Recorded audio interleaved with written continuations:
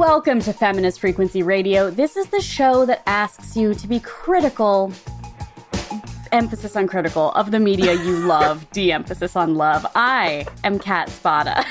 And I'm AC Lamberty, and this season we are also asking the question, do YouTubers deserve civil rights?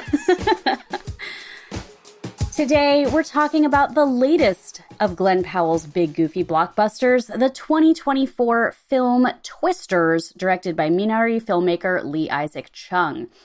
Daisy Edgar-Jones stars opposite Powell alongside Anthony Ramos and a supporting cast of hot people who know a lot about weather. The film is a sequel of sorts to the 1996 Jan de Bont film Twister, but stands alone as a disaster movie dipping into the apparently thriving community of storm chasers that congregates in Oklahoma every year.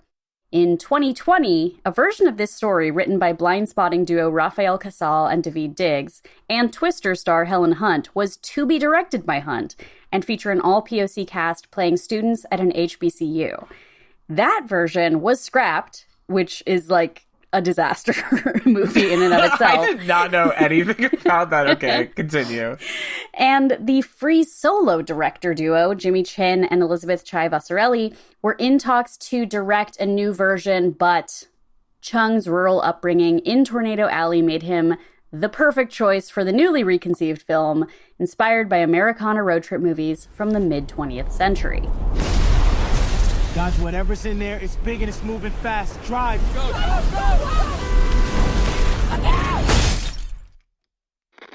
Guys, you gotta get out of here. Do you hear me? It's Tyler Owens. Calls himself a tornado wrangler. If you feel it, chase it! I said if you feel it, chase it! You thought you could destroy a tornado. We never had a chance. You want one? Her intrepid protagonist, Kate Carter, is a meteorologist working for NOAA in New York City 5 years after she survives a tornado that takes the lives of her boyfriend and friends. Sorry to laugh, it's crazy. While experimenting with storm technology she was developing in school. When the other survivor from her team, Javi, shows up to tell her that he's got impressive new technology after working for the military, and he needs her super storm senses to help him get his company on the map and make his investors happy, she reluctantly joins him, and then she meets our YouTube hero, Tyler Owens, the tornado wrangler. And together, they fight storm. Like, it literally doesn't matter. Okay, let's get into it. I feel like he shows up and he's like, I see a lot of lawbreakers in this here Tornado Alley. He's just like, what do you want me to do? Yeah, sure. Sure, I'll do it. Oh my God. Okay. Lee Isaac Chung, you are in the doghouse, bro. Like, oh my God, I'm pissed off. I really was not a fan of this film. I want to quote you when you said, I don't know, 6 months ago, like, we're like, our movie's back, baby. And say, man, I don't know. I texted you from the restaurant across the street from the movie theater when I was alone having a happy hour cocktail before seeing Twisters. And I was like, Transformers 1's as a tagline. What was it? It was like, when bros become foes. Yes. Yeah. I was like, what is this? What are we doing? Okay, here's my macro thought about movies right now, which is absolutely how I felt after Twisters, which is movies are dead forever. The hype around this shit drives me crazy. This year has been particularly egregious to me in that it seems like every single studio movie from like starting with the fucking Fall Guy in May, everything this summer has been like the fate of the theatrical landscape rests on the shoulders of this movie, and they all do poorly. And this cycle of hype is like really taking it out of me, I gotta say. Right. And I felt that really hard with this movie, which I was very excited for and found completely bland, like completely nothing, like not even bad in a fun way, like Madam Web in a way, you know what I mean? Right. Everything is very go on girl, give us nothing, where it's like you have to you have to go to the theater, you have to see this, and yet we're trying plays from old playbooks that we don't know if they actually apply. And like, we all, I think even as viewers, I'm like, yeah, sure, I'd like to see an action disaster movie. Like, great, I'm excited for that. And then I go to it. I mean, we talked about this with The Fall Guy for sure, where I was like, this is the most me movie, and I don't care. Like, I'm watching it and I'm truly struggling to feel something. And I don't think that's all on our existential dread. I think that is on the filmmaking and whatever the studios, like, God forgive me for what I'm about to say. I did do like a mini episode on Deadpool and Wolverine. Oh, I did see that. Which, like, what does that say about us, too? That we're both like, fuck this. And then I'm like, well, I will see it. Like, it is humiliating for me. But I did see it. Hugh Jackman blink twice. Talk about blink twice. Okay, anyway. I feel like Ryan Reynolds, I just heard him on Script Notes podcast, and it's like, I don't need to listen to Ryan Reynolds talk about the creative process, but he acknowledged that, like, that movie or those 3 movies were able to happen in a moment when a lot of superhero movies are written by consensus. And so I was like, okay, I at least appreciate that I think is what's happening with all of these movies, is like, they come to the mushiest middle. Totally. Yeah. Well, the reboot aspect of it, too, is really interesting to me. Like, Twisters in particular, I know it made a ton of money the first, not even the first one, because it's technically only a spiritual sequel or whatever. Right. But Twister made a ton of money. I think it was like the top grossing movie that year. I don't understand why it's relevant now, though. And I feel like that gets into kind of the, like, DE&I-ification of tornadoes that they attempt in this movie, and flops and is stupid and does not work for me. But yeah, I don't understand the impetus behind rebooting this, like, at all. And doing it, like, so toothlessly. There were a couple of Letterboxd reviews I wanted to reference. One was Fran Hefner, who said, what if you had trauma TM and met a YouTuber TM, which lol. But the other one, and of course now I can't remember who it was, but said, like, this movie suffers from what a lot of these big action movies suffers from, which is it should either be 80% dumber or 20% smarter. Oh, I like that. Yeah, it was like, be either like the most audacious thing that's just so stupid and is like, yeah, we're not going to get political about this, and we're just going to be like, wow, we're in a tornado, or get me just like a little bit more of like, oh, this is the guy who made Minari talking about like the immigrant experience and like the rural lifestyle of people who work on the land whose lives are disrupted by something crazy. Like, even the fact, this is in the synopsis, Javi shows up and he's like, yeah, I know, it's crazy. I worked for the military. Like, I worked for the military. Like, what are you saying? He's not like, yeah, after college, like, I really needed help with my debt. Duty. So I went into the army. Like, it's like, I worked for the military. Yeah. Like, what? Like, it's so unspecific. Totally. I feel like it gets, well, okay, first, my, like, when you say 20% more intelligent, I think, did you see How to Blow Up a Pipeline last year? Oh, no, I really wanted to. It's really good. It's definitely way political and very dramatic, and I think it's great, but, like, there is a world in which Twisters takes that hard of a tone and could be interesting. Yeah. But then to the 80% dumber point, I did kind of get glimpses of that when they have the fucking truck corkscrew that roots them into the ground so you can sit inside a tornado. I was like, that's fun. Like, that's kind of fun, but not enough. I want to hear about, like, your movie-going experience a little bit, which I know is not, like, actually criticism of the film, but, like, I will say that I went alone to a matinee, like, a month after the movie was out, so I wasn't expecting to have, like, a rollicking time. So the first hour of it, I was like, yeah, this is, like, pretty slow or whatever after that crazy opening. But then I will say, like, seeing it on the big screen, I was like, I'm very tense during these storm scenes. Like, I do think that these are effective in being like frightening, but that's it. Like, you could do that and then tell a story, and they did not. Totally. Yeah, I went a couple weekends after it opened, packed screening, which was like also very interesting to me, but and then I was like catatonic basically the whole time. I was like, this is so long, first of all, which is crazy. Yeah, I don't know. I didn't find the tornado stuff particularly affecting, which is interesting too, because all of the people who are haters like me, who are like, I didn't love it, but I at least found it like kind of fun and like beautiful or whatever. I like didn't feel that either. I felt it all looked kind of computer generated. Yeah. But I also grew up in Tornado Alley.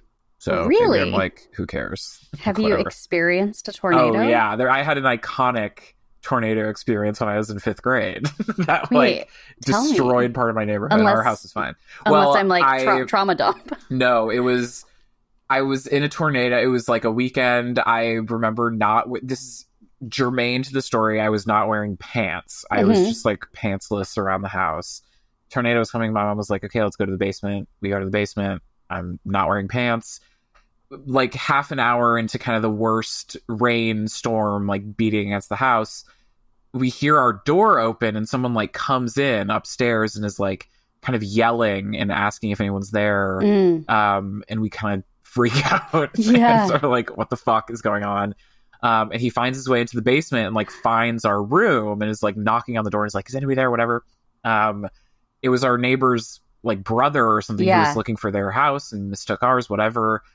And I'm sitting there with no pants on, and a stranger is in a like corner.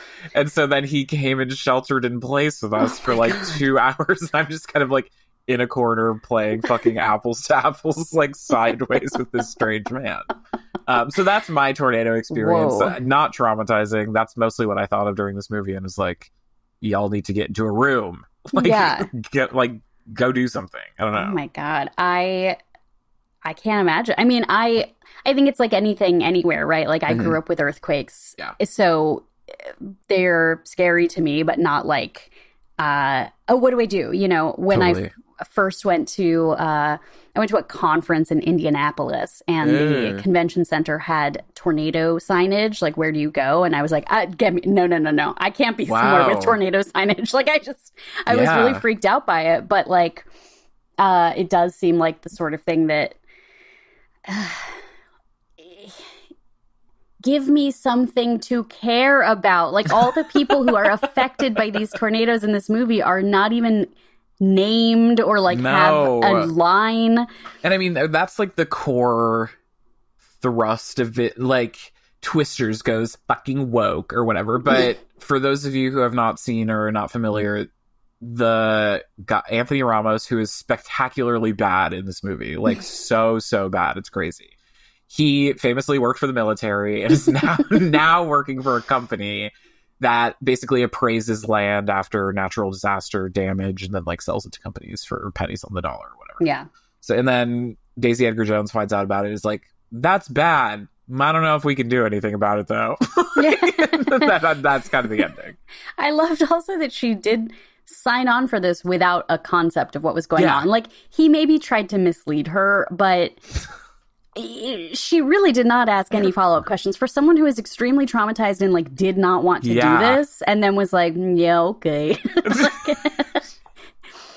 I just heard a good like a writing rule that is, you can have people get into trouble because of coincidences, but you can't have them get out of trouble because of coincidences. And like, you can't write it that simply. And I do feel like this movie just does the opposite of that.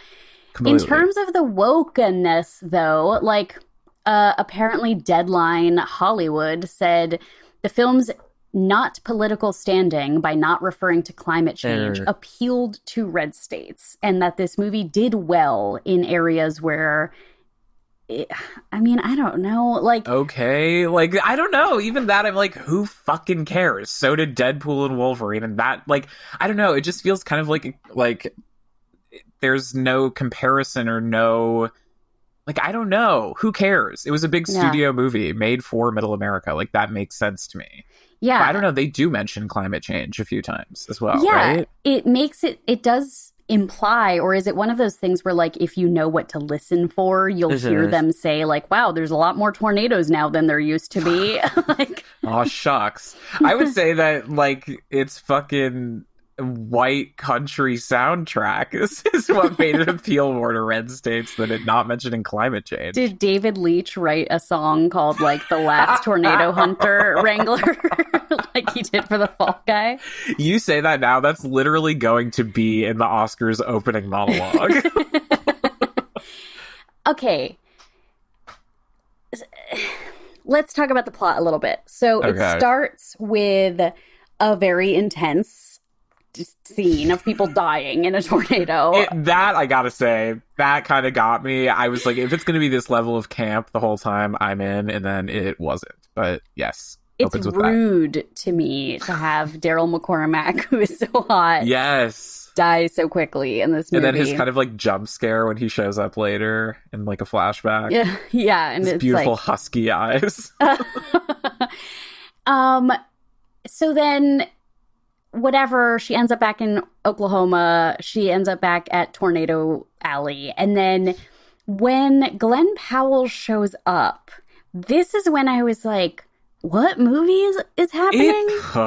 Speak on it. Okay, let's fucking get into it. Because, like, she remains a meteorologist. She is no longer a storm chaser, but she has spent her first 5 years after, I don't know, getting her PhD or whatever. At Tornado University?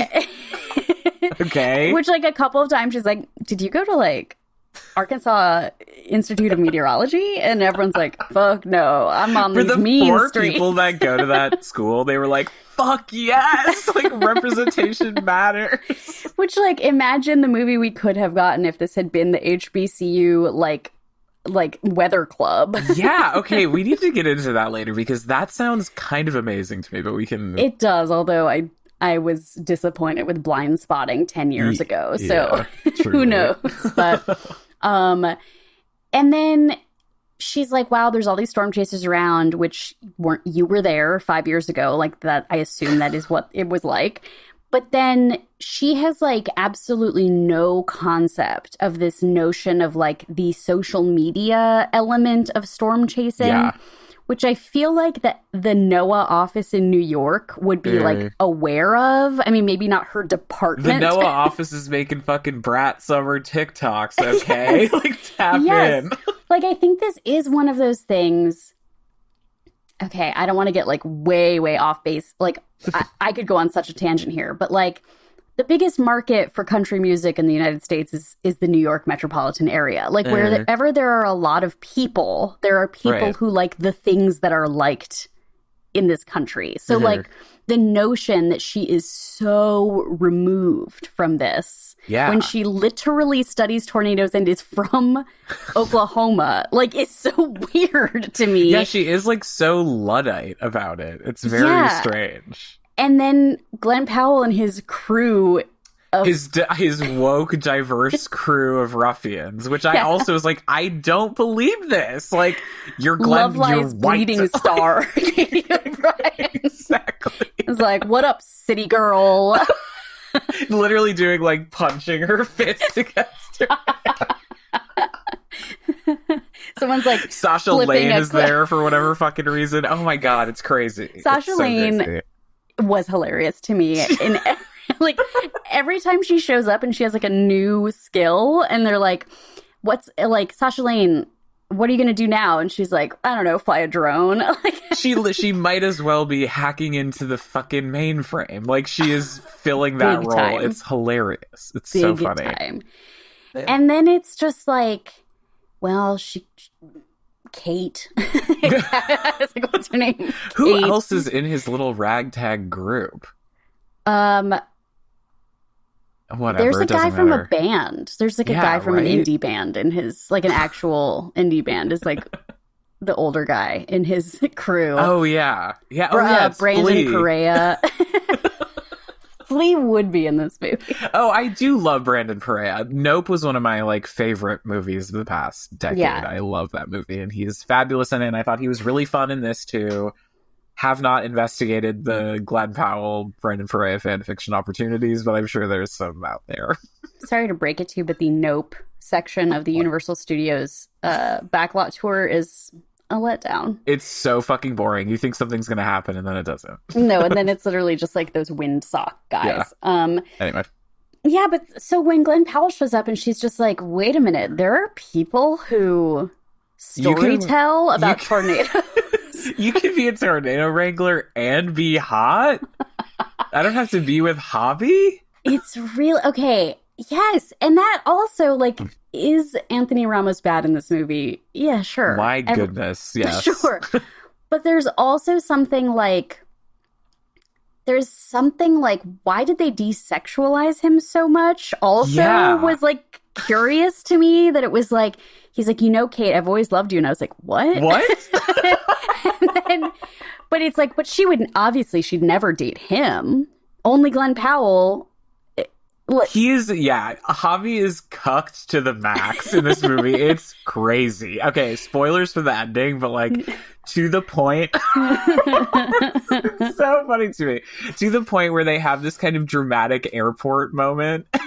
Like Glenn Powell shows up, Javi shows up, and Javi is trying to fight for the girl a little bit, but ultimately is just like, he deserves it more. Right. Basically just like gives up. It's fucking hilarious. I was too busy being a nerd for the military while he was doing like crunches.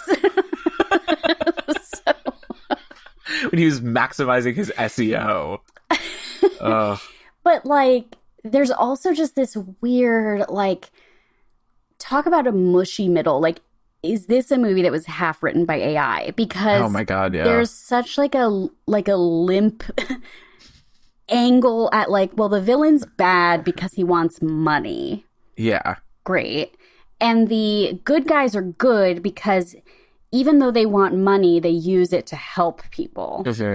Which just didn't go far enough. None of that went far enough. So like, they're going to go risk their lives and do stuff that is out of pocket, like drill their truck into the earth so that they can shoot a drone up a tornado's butt, and then and then monetize all these YouTube videos, and then they're like, that's why we sell t-shirts with Glenn Powell's face on them, so we can feed a warm meal. Fucking mad. Like, it's just so broad and such an ethical dilemma that just doesn't exist to me. You know what I mean? Yeah. Like, I'm like, well, none of this matters. Like, none of this, like, this is so broad and so, I don't even know how to describe it. It just felt kind of like superhero movie vibes, like in their worst form, where it's like parable.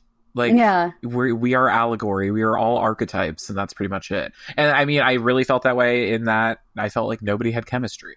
And none of these archetypal figures were like wanting to fuck each other. Almost. Like when they start getting out into the rodeo scene. Oh, yeah. This like sequence, there's a big action sequence where I was like, okay, we're finally not just talking about everything that we do. We're actually like, it's just the two of them. So they have a little one-on-one, and then a storm hits. And at the same time, I was like, so you're telling me that you used to be a bucking bronco rider, but you don't actually I don't actually get to see any of that. I know. It's the most disappointing edging session you've ever had. Like, it doesn't deliver on any of the promise. Yeah. It reminds me of a movie that I unfortunately probably have talked about on this podcast, which, like, is the most was I hallucinating that I saw this movie, but The Longest Ride, a Nicholas Sparks movie. Oh, yeah. I didn't see it, but I remember I was, like, kind of the right age for it when it came out. Yeah, I remember the marketing for sure. I think it was like I was sick at home and it was on TV. And I was like, okay, a Scott Eastwood rodeo movie, sure. A Nicholas Sparks rodeo movie. Except that half of it is flashbacks to, hang on, Una, like a Chaplin descendant. Oh, yeah. Yeah. And Houston, Jack Houston. Oh. So I was like, this is the Nepo trilogy, those two and Scott Eastwood. Wow. So it's flashbacks to those two forming a Jewish artists colony in upstate New York in like the 50s. I was like, wait, is this a Buck and Bronco movie? Like, what is happening? And it's, it's not good, but it was at least unexpected. Huh. Okay, while we're on good rodeo content, I will say I recently read the short story The Mud Below by Annie Proulx, who's the Brokeback Mountain writer, and it is like one of the best things I've ever read in my life. And it's about being a bull rider in a rodeo, and it's crazy. Highly recommend. I would love to. Anyway, Twisters is not that. No. I did want to talk about Glenn and Daisy and their chemistry and how it really was not there compared to the original Twister to me. Yeah. Shall I speak on it? Please. I was like, is that... Yes. Okay, my biggest take is there is no inkling of chemistry or attraction, or there's no physical touch. There, as my Letterboxd review said, there's no embrace even. Yeah. There is nothing. There's nothing. And again, spoiler, when they get to the airport, you think they might have some kind of final seal the deal moment. They don't even fucking kiss. They don't even kiss. It is the most sterile movie I've ever seen, and I think it is worse for it. I really do. I knew they wouldn't kiss when Paul Scheer was there. When they arrived at the airport and Paul Scheer is like airport security, I was like, no, we're just going to get something goofy, which is fine, but it's not going to be this. I feel like I kept seeing headlines that were like, why is there no kiss in Twisters? Ask Steven Spielberg. And I was like, what? Okay, like, he just was like, no, I know that it'll take it in the wrong direction. Which is what? Like, feeling anything? I don't know. This is kind of how I felt about Challengers, too, where it's like, I want the thing that they are participating in to effectively be a proxy for their emotions and their relationships and that dynamic. Yeah. And then it just doesn't happen. Like, I want the thrill of both, and I want them to inform each other. Mm-hmm. And instead I got the thrill of neither. Like, crazy. Yeah, like that's a really great point. The tornado should be a commentary on everything that she has gone through. Like, you don't think fucking Glenn Powell's gonna be horny as fuck after fighting a tornado with a girl he thinks is hot? Like, yeah. Come on. Here's a fun actor's choice I read about on Wikipedia. Oh, jeez. That Daisy Edgar-Jones thought her character should have a camera because she was inspired by the documentary Fire of Love and those volcano researchers who were Wes Anderson's inspiration for everything he's ever done. Miranda July narrated that, remember? Yes. Yeah, I do.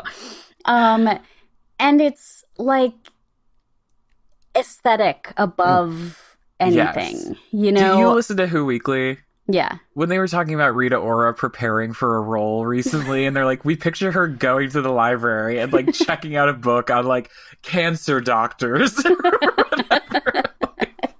No, I remember what that was, and it's even sillier. It was like to play a Disney villain. Yes. That she would have like taken out a book on like Greek heroes, villains, Greek gods and demons or something, you know? Like, it's so Medea. That it is like, okay, first thought, if I were to have a costume of a tornado wrangler, what would I wear? Oh my god. Yeah, I felt like it was lacking a lot of authenticity in many ways. And like I think that it's okay, remember my problem with The Fall Guy was that it started with a stunt going terribly wrong. Mm-hmm. And so I kept kind of worrying that like the stakes would reach that again, mm-hmm. and then never really got that. Right. So I was a little like nervous about all of the stunts, but then just didn't really have like a release, you know?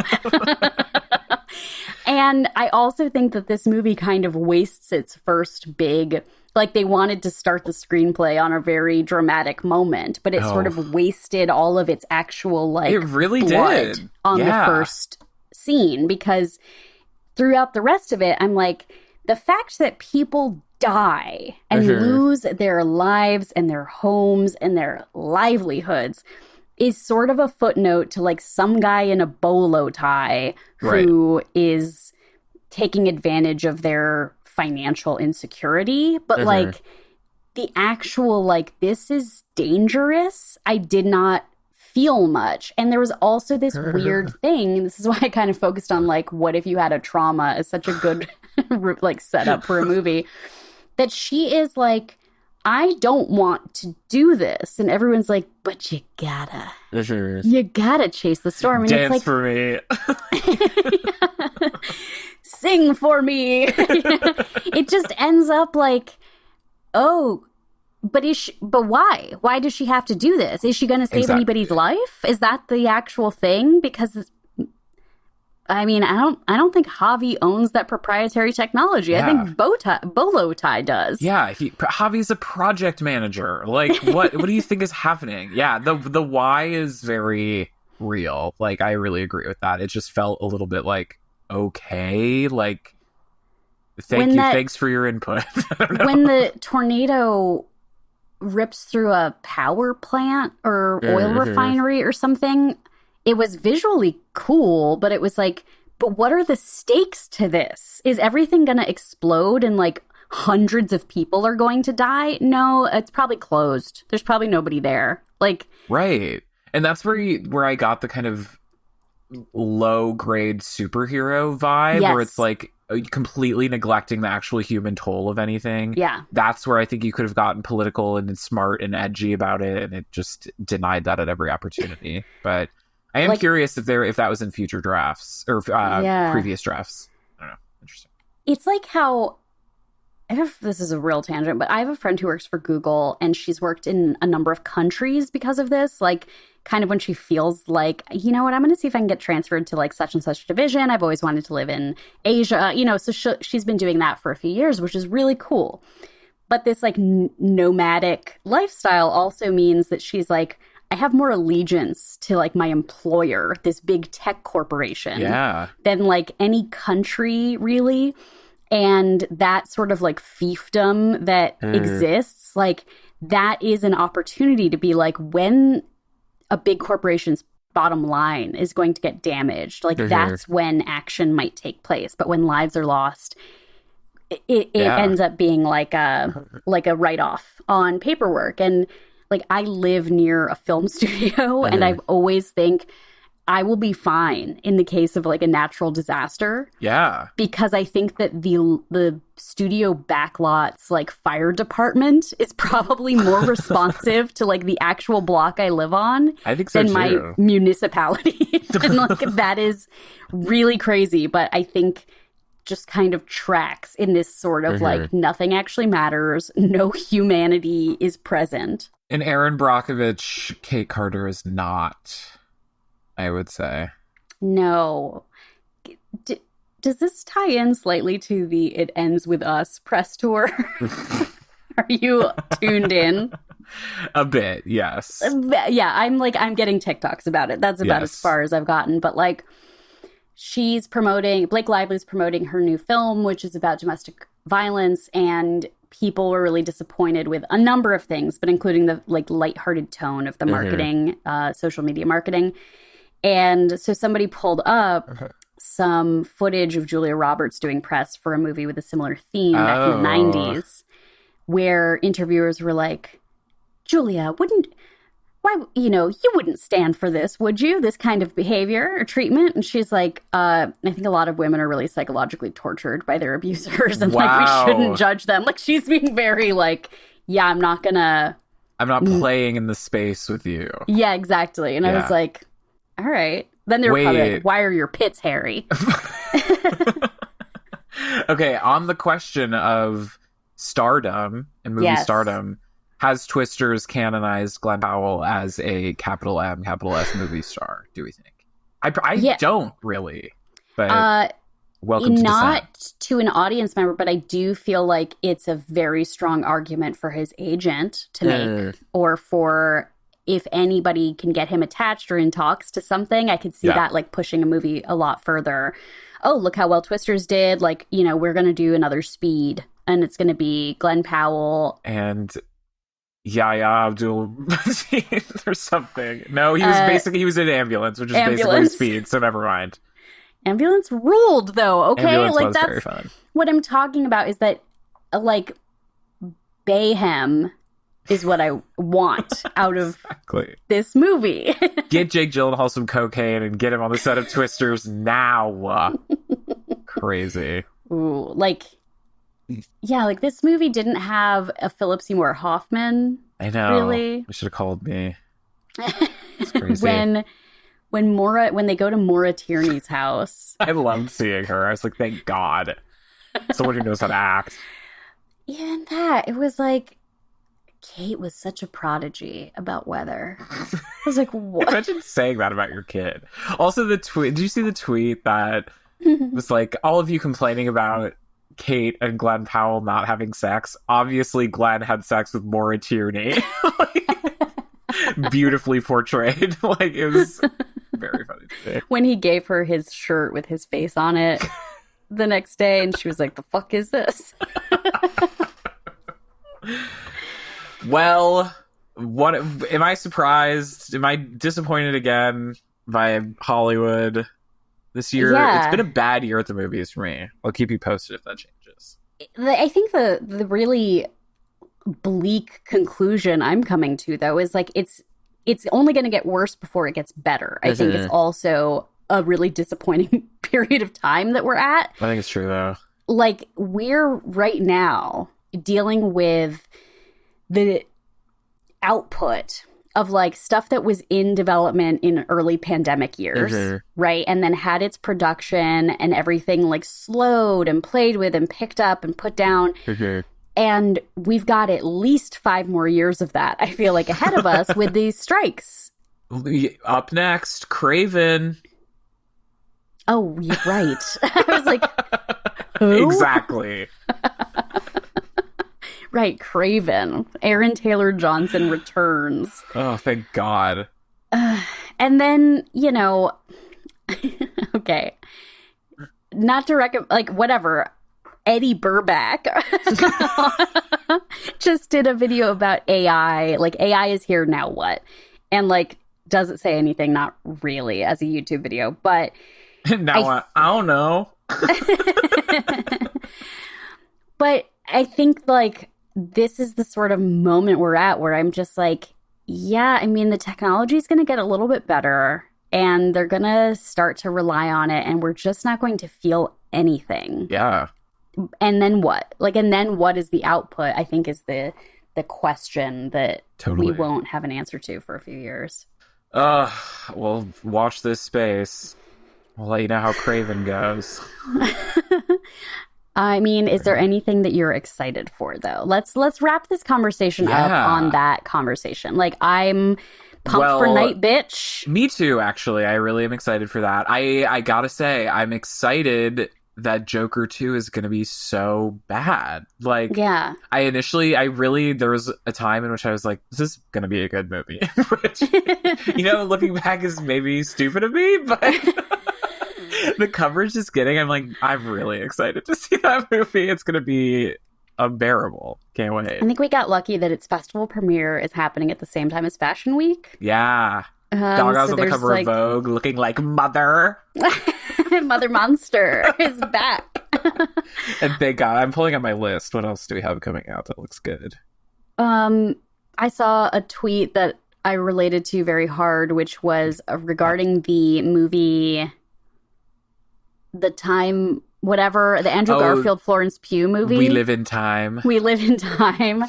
That said, like, it is one of my favorite things to be absolutely destroyed by a mid-British romantic drama. Absolutely. Let's go. I'm excited for that. Isn't the same writer as Brooklyn? Like, when I went to see Saoirse Ronan and I cried my face off. She's also in a movie that looks really good about addiction. Yeah. I'm glad she's back. I really like her. She's just such a talent. As at the time of recording, Vampire Autumn is upon us. I'm really excited for Nosferatu. That'll be great. We went from Frankenstein Spring into Vampire Autumn. Exactly. And I'm going to an advanced screening of Resball next week, which is the adaptation about like the Native American high school basketball team, directed by Sidney Freeland, who's great. Awesome. So I'm excited about that. I love a sports drama. This isn't really like a what's your freak out, but I feel like this is a sort of delayed. Allow me to hold court for a minute here. Please. On just because Sidney Freeland did direct a couple of episodes of Marvel's Echo. Yeah, I think she directed almost all of them. Yeah. She was the supervising producer director. I know you're not as Marvel pilled as I am, but did you watch Echo? I didn't, but we did a lot of stuff at my day job with it because it had a very diverse team, which is cool. Cool, but here was my conclusion that I came to. As somebody who's watched most of the Marvel things, I was like, okay, I'm going to put Echo on the night it comes out, and I'm going to try to watch all of it. And I think I maybe did watch all of it in one night. And it's flimsy in a lot of places. And here's what I think is the really disappointing thing that I'm going to lay at Kevin Feige's feet is like, they have the power, right? Like, this isn't something with no budget and no foresight and no structural support where I'm like, oh man, it's a shame that it's not better.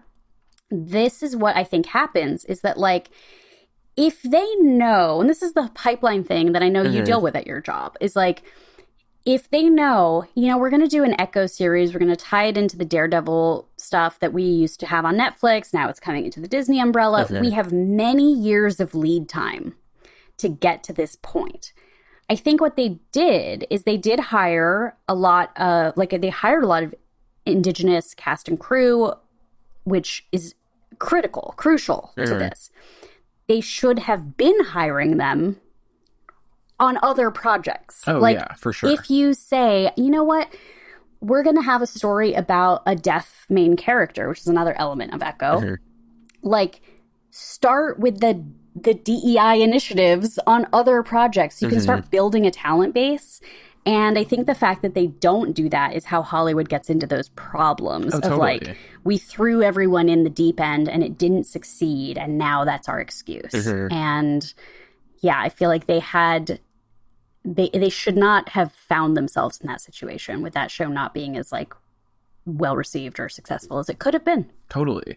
I mean, and then it is so easy to make DE&I initiatives a scapegoat or the reason something flopped, where I feel like a lot of studios use DE&I as a bandage that like just doesn't work. You know what I mean? Like I don't know if this is the case internally, but that was my feeling about like the Eternals, and especially like choosing up and coming indie directors to helm these huge projects because of some kind of like identity piece or whatever is like, well, then you get a really mid product because these people are not trained to helm something that big yet. You know what I mean? But then it's that whole Ouroboros of like, how do you get the experience when, especially as a marginalized creator? But I don't know. At the end of the day, I still feel that like giving agency to people to make whatever they want from their identity point of view is like the most financially solvent way of doing things. Like that's what Black Panther was. I mean, like within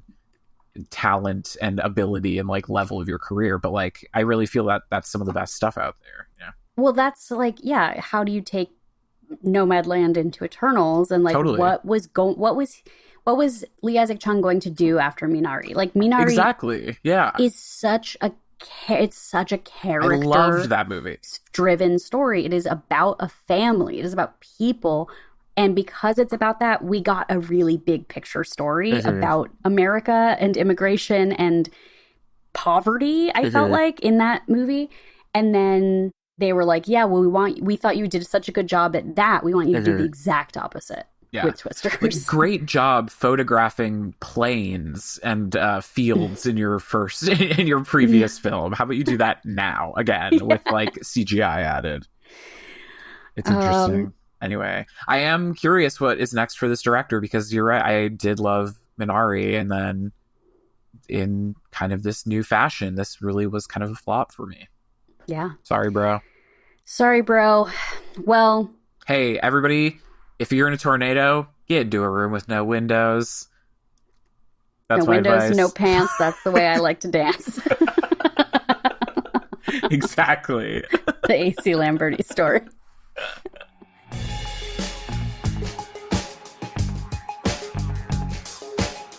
That has been our Twisted show for today. I'm AC Lamberti.